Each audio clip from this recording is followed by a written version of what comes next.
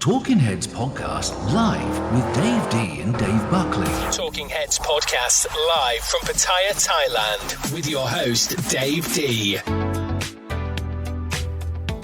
And good afternoon if you just joined us. I didn't even turn the mic. You didn't even realise that then, did you? Didn't you see what I just did? No. I went like... forgot to turn the mic on. And you didn't even pay any attention to me. I was too busy reading what's in front of me. But. You can't read, don't lie. Welcome back, Dave. Nice to have you back in the studio. Thank you. We had a bit of a break. A couple of things coming up is you've got some sayings, some slang sayings? Yeah, well, idioms or phrases that... Idioms? Idioms, yes. Not idiots. Oh. We'll get to that later. So, yeah, later. No, idioms that, parts of the language that we're all familiar with and we understand what they mean, but the origins of them are not so clear. Right, okay, back in a second with that one. On my side, I've got a bit of a stir coming up in Thailand. This is causing quite a bit of a stir, and you probably understand why when I tell you. I'll go straight into this one if you don't mind. No, and that is Burger King in Thailand have brought out the new cheeseburger. So what do you expect in the cheeseburger, Dave? Tell me. Well, I expect a burger with a cheese on top. Right, okay. So Burger King have brought out a cheeseburger, which is the bun, with 20 slices of cheese in it. Oh, God. That they put in and slightly melt, okay? And they're pushing it out now at 109 baht. And it's causing a bit of stir in the way of, like, a lot of people. One guy here who sent a message in to me earlier on. He says, "This is from Burger King. Really, the first thing. This is not a joke. This is for real. Burger King claimed on social media that they're selling thousands of these every day." All right. I mean, to me, it doesn't make any sense. I've got a Burger King lover here, John. I mean, he sent me a Burger King. He says, "I'm a Burger King lover. I go in Burger King all the time. I think that they are one of the tastiest burgers." He says, "But I cannot see the reality or what they're thinking about when they're putting 20 slices of cheese in a bun. I mean, it's sickly and you can't finish it." And Jessica sent in a message just now saying she went in, she's had one, she had about a quarter of it, made her feel sick because of some it's just cheese. too much. Too much in it. Yeah, I mean, it's well known that I'm a bit of an aficionado of hamburgers in Pattaya for reasons I won't explain now. But in fact, I enjoy Burger King more than say McDonald's. Yeah. But all cheese. I mean, a great lump of cheese in a bun. Who needs it? Who needs it? I mean, like we've got Mackey's here, McDonald's, as you know. I mean, you know well that we've got one of those here.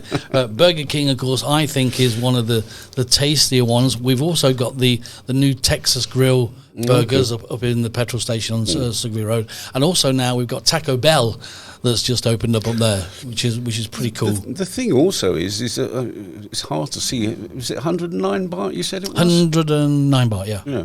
How do they make any money out of it? Because cheese is not a cheap commodity in Thailand. So, all right, maybe they import it and keep the price down, whatever. But a great lump of cheese like that is probably. Well, I would have thought it was 100 bahts worth on its own. They're saying, I mean, a lot of people are saying this. They went in to try it, but it ended up as a gooey dish, which I can purely understand that. No, I mean, if you put the word burger into a description, I expect a burger. Call me old-fashioned, but But the prices, I mean, that's one thing that I do understand in Thailand compared to the UK, for example. The price is not that much difference, is there? In the McDonald's, I mean, it's roughly about the same price. Yeah, no, it's not a big difference, but I mean. As I say, perhaps the subject of burgers is one that I shouldn't sort of dwell on too much. No, don't dwell on that too much, especially when you want a takeaway. Of course, and it was a cheeseburger, by the way. Oh, was it? If you're out there and you can let us know what you like, do you like Burger King, McDonald's, do you like the Texas Burger, Taco Bell? Where do you like to eat for good value for money? I mean, where do you go, Dave, when you think to yourself, "Oh, I'll go out and I'll have some food," and it's just one of those things that you want to sit down and eat a meal? Where would you go? I mean, does anything come off the tongue with you? No. I mean, perversely, I quite like going to the food bar in Foodland. It's cheap and cheerful, and it's not really you wouldn't sort of take the wife out for an evening meal there, but why not? Well, I wouldn't. Anyway. Get a candle, Dave. Treat her. Get a candle and treat her. But no, I mean, if it's purely fuel that I'm trying to put into me, then I'd go somewhere like that. And as I say, keep the price down. The Thai food is good in there. And of course, I can kill two birds with one stone, and pick up all my pot noodles as well at the same time. Absolutely, yeah. Well, a week's supply, Dave. Yeah, a week's supply. Absolutely. What are we having today? Chicken. Right. Of course, one of the things is in Pattaya now. There's so many places to eat. I mean, the competition is absolutely massive. So, I spoke to somebody before about the two foods I like is Chinese food and I like Indian food. Okay. And now you've got a couple that are popping up that are sort of getting to the European standard of the way it should taste. But now with my condition, as we know now, and with the heart attacks and things, all that goes out the window now because it's all got the sugar and all those things. So they've all gone now. Yeah. So my wife, diabetes is a bitch, isn't it? It's a bitch, and my wife's going, come down the stairs. You've got boiled potatoes and boiled broccoli and boiled chicken. Oh, lovely. Lovely. Tasteless. But anyway, they do. Let's be fair. Thai cooking does put quite a lot of sugar in. Oh, if you've ever watched that isn't really in my opinion, it's not necessary. No. And my wife, when she's with me, will actually say, don't put sugar in this. Don't sort of improve the taste because it doesn't need it, and it's not very good for diet. They're very sweet tongue though, aren't they? They are, yeah. They like all the sweetie stuff. Yeah. But it's not good for diabetics like you and I, Dave. As we've found out. Yes. All right, okay, take a little break. After this, you're coming back with the meanings of words that I know nothing about.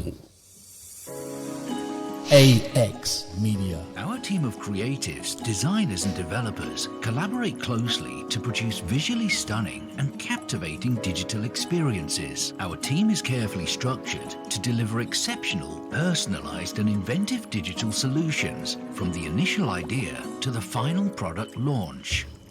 Talking Heads podcast live with Dave D and Dave Buckley. Welcome back. If you just joined us, talking about food around Pattaya and all over the place. Dave, you've got something that sort of intrigues me. I like things like this, and you're pretty well up on this, so I'm going to have a listen to things like the buck stops here. I'm pretty interested. Yeah, there are idioms that, I think everyone knows what you mean by them, but maybe don't know the origin. The buck stops here, and it's one that's sort of close to my heart, given my name is Buckley. That was popularised by American President Harry S. Truman, who had a sign on his desk saying the buck stops here. Yeah, and everyone understands that means I take full responsibility. It goes no further. But the buck itself comes from poker. Yeah, from a game of poker. It used to be that they'd have a knife that was made some sort of buck material, and they'd mark who was dealing by putting the buck in front of the dealer.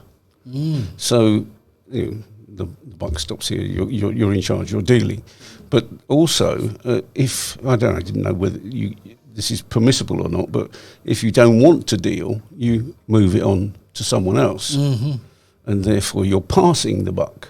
Right. So that's again, it's a phrase that we all know. I think, like you say, I think a lot of people say things, and a lot of people come out with things, and they don't really know where it is. One I've seen that's on your list. I don't want to jump in here, but kicking the bucket. I was close to that the other day, by the way. Yes.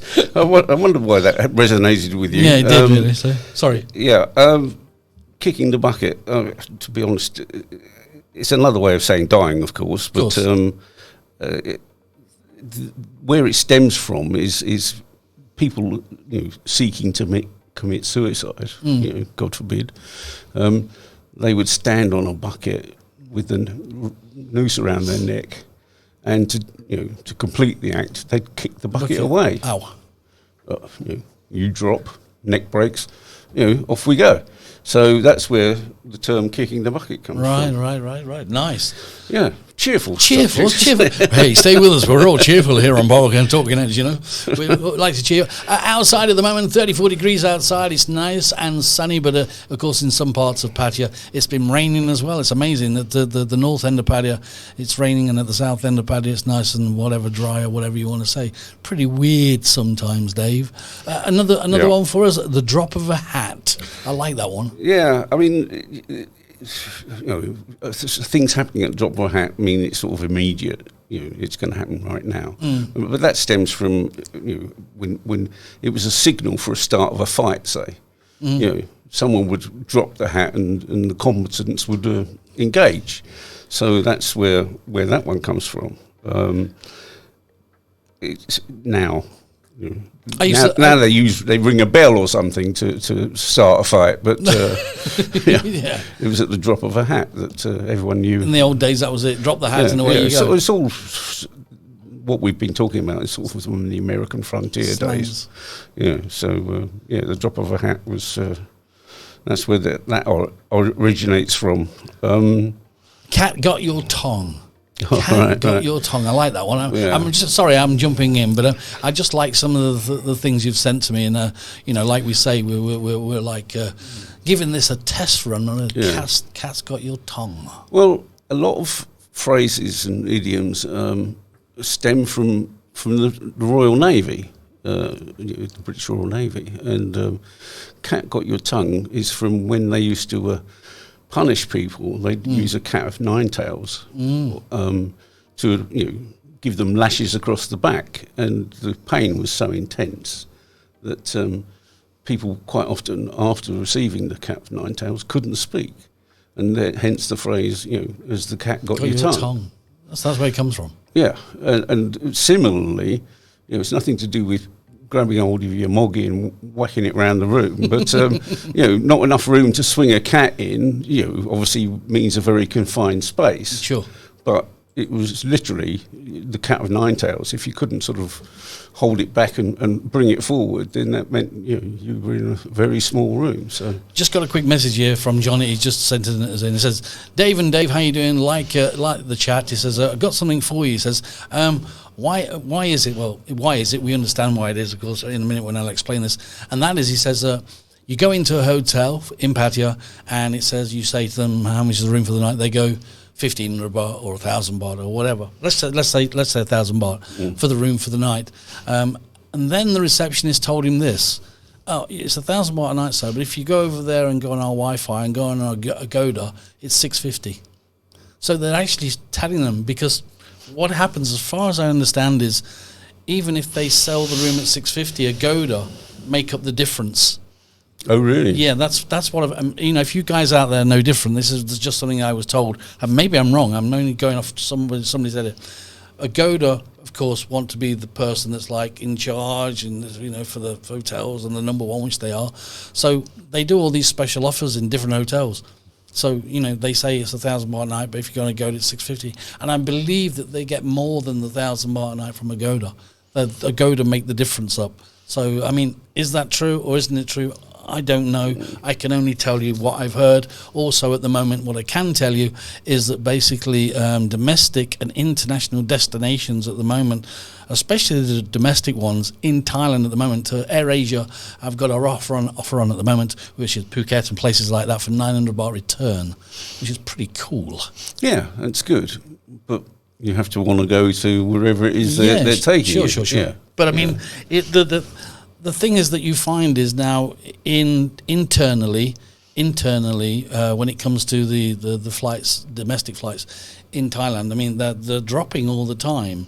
And there's a massive difference, because now we've got to think of Utapao Airport, which is now going to turn into, of course, a full-blown international airport, which that means you can be flying in from London or wherever, and you go to Dubai or whatever, then you fly in to Utapao, not into Savannahwood Airport. So, I mean, that's going to be a big plus for a lot of people, isn't it?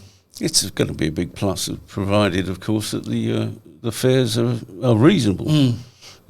Certainly, if I'm travelling from the UK, my nearest airport is Stansted Airport in Essex. Okay. And, I think quite a few flights go from Stansted to the Middle East. So if that's the first point, and you stop over in the Middle East and then come on to Utapao, I'd certainly consider that route, provided, of course, the fare stacked up well against Heathrow to Suvarnabhumi. I mean, as we're talking, guys, I mean, as we're doing this show now, we're in, I think it's a 5 or 6 day holiday now, isn't it? Yeah. In Thailand. And I mean, this is weird, because they do this on all the news channels, and that is the long weekend sees 2,000 injuries and 22 killed already on the first day of the holiday. And it's like every year. I mean, we've been here quite a long time now. I've been here quite a long, and every year with this holiday season, what they have, the 5 days, 6 days, they sort of compare what it is, from last year to this year, 700 deaths within 5 days and, 14,000 injuries. I mean, when you drive on Thai roads, I mean, you know yourself. Yeah, exactly. When you drive on Thai roads, I mean, I used to say, forget everything you've learnt in your country of origin. Yeah. Forget all that. And when you drive in Thailand, you've got to learn to drive like the Thais drive, and that is, you see the gap, you get free, you turn left, you turn right. I mean, that's it. You've got to sort of go with the flow, haven't you? Because if you sort of like sit back and relax and try and be the Mr. Steady Eddie, it's not going to work, is it? No, I mean, sometimes especially at crossroads, you just have to almost put your head down and keep going. I mean, and hope everyone else clears out of the way. But I go through a little mental thing when I'm driving, and I sort of think to myself, what if my sons are over here and I say to them, well, you take the car and off you go. I'd worry about them. Absolutely. Because I mean, my eldest son did come here for a while and hired a motorbike and bought one, and ended up falling off one day because a big lorry wouldn't move out of the way and broke his collarbone, and it still troubles him to this day. But yeah, it's you must forget about the conventions that you learnt, or the highway code, or whatever. I mean, when you see a motorbike zooming up the wrong side of the road, or your side, absolutely, because they're taking a right turn, 50 yards further on, and they can't see the point of the crossroads scare me to death. Yeah, they really do, because it is literally a free for all, isn't it? It's just like everybody's going for the same gap, Yeah. I mean, the other day we were down on Kauttalo, and the traffic was backed up. It was backed up from the train line on Kauttalo at the bottom, backed up all the way right up until the restaurant at the top. The Live restaurant, the length of Kauttalo basically, and there was. They couldn't move. They'd boxed themselves in. Like one car wants to turn left, one wants to turn right, and the other cars do the same on the other side of the track. So suddenly you come to a standstill, and then you've got cars. It's a total impasse, isn't it? On the track, and then the train's coming. So then they're all panicking, and you see all these. It's like bumper cars, But they get themselves, and we're as bad as, because we're in the situation, but they sort of tend not to think ahead. And it sort of becomes a free-for-all, and it's a total mess sometimes. I don't understand why they don't put traffic lights at these junctions. Well, they spent, if you remember, down on Beach Road, if you remember down there, they spent millions and millions of baht on zebra crossings and red lights. Everyone ignores. And people were walking across the zebra crossings, and of course, it was like chicken run. Yeah. I mean, nobody paid attention to that. No. I mean, I've had that since I've been back. I mean, you think, well, it says it's got a red light up there, but everyone's still going. And you think you almost feel you've got to keep going, because the people behind you will get irate otherwise. Absolutely. So you're sort of knowingly breaking the law, but because everyone else is doing it.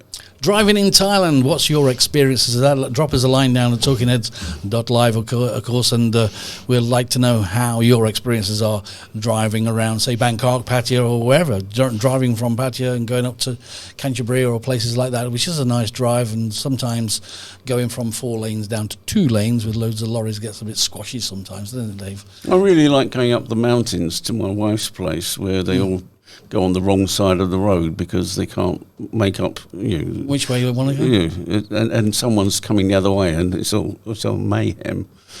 But No one can wait for anything here. No, it's all a mess. I like this one. Somebody just pointed it out to me, and as we're talking, somebody sent in one, and actually it's on your list. Pull your finger out. That's what I've got on here. I mean, I actually got two people that have sent things in about these. Right. About these things. Pull your finger out is about. They used to, when they were priming gunpowder in the ignition hole, a sailor would keep it in place with his finger. So when they wanted to fire the cannon, they'd say, "Pull your finger out." So obviously he didn't get hurt. Right. So that's where "pull your finger out" comes from. Oh, okay, all right. So I could follow that up with "freeze the balls off a brass monkey." Well, if you want to get personal, that's fair enough. I mean, But you see, the monkey was a brass tray on which the cannonballs were kept. And in cold weather, brass contracts, leading to the balls falling off the tray. So, freeze the balls off a brass monkey comes from that. Oh, not the saying that we think it is when it's really cold and we're out there and we're like, wow. No, it's nothing to do with a visit to London Zoo, no. One thing somebody's sent in, I've got a couple of things coming in messages, Dave, as we speak. One of the things that people sort of disagree with, and I disagree with it as well, and that is people driving around on big bikes in flip-flops, shorts and a T-shirt and no helmet.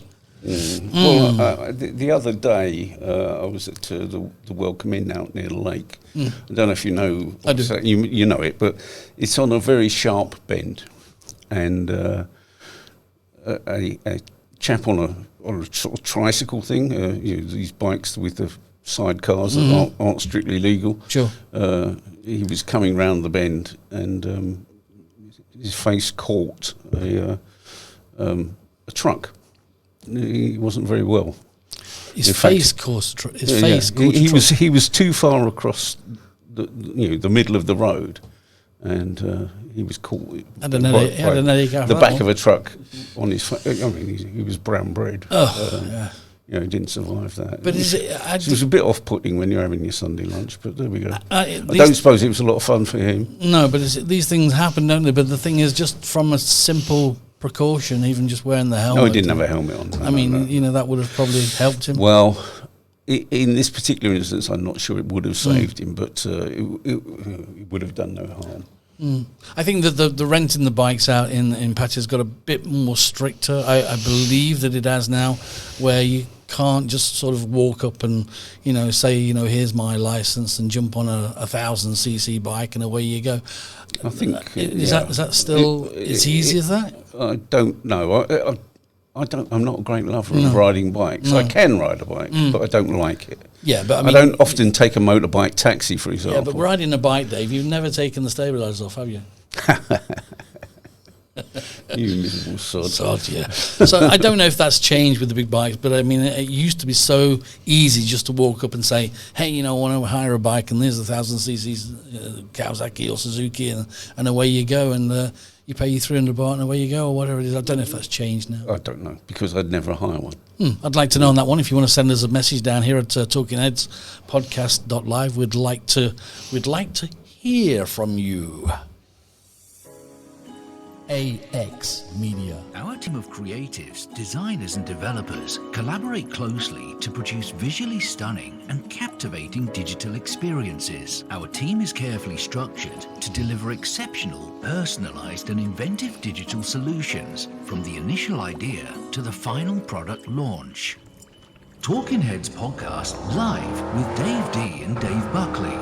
Welcome if you just joined us, talking about a few things today, and of course what we'll do is we'll put it onto Facebook and you can drop your comments in, and of course what we've been talking about, I'm sure that people have got their views as well, Dave. Oh, absolutely. Another one I liked, it was 3 sheets to the wind. Is that getting peed up and falling over? Well, that's what we understand from it, but it's an expression showing a lack of control over the sails of a sailing ship. So that's where the 3 sheets to the wind. You're not in control. You're not in control. Well, that goes really with getting peed up and falling over, doesn't it? Well, yeah.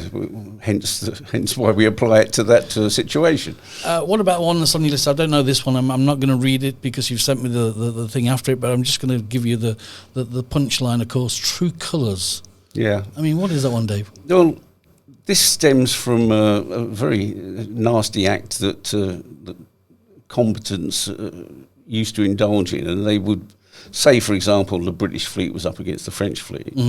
The British fleet would certain ships would fly the French colours from their mast to make them think that they're friends and get in close and then deliver a broadside. But what happened then, it was the naval convention that once you've engaged, once the first shot has been fired, if you like, you must raise your true colours, i.e. you put the British ensign up and let the other side know who you really are. So that's where the phrase showing your true colours comes from. There you go. So all you people out there that thought he was peed up and falling over, wrong. All right, Dave, we're going to take a break, of course. Thanks for joining us on Talking Heads Podcast Live. We'll be back with some more a little bit later on, Dave? Okay. Thank you. Talking Heads Podcast live from Pattaya, Thailand with your host, Dave D.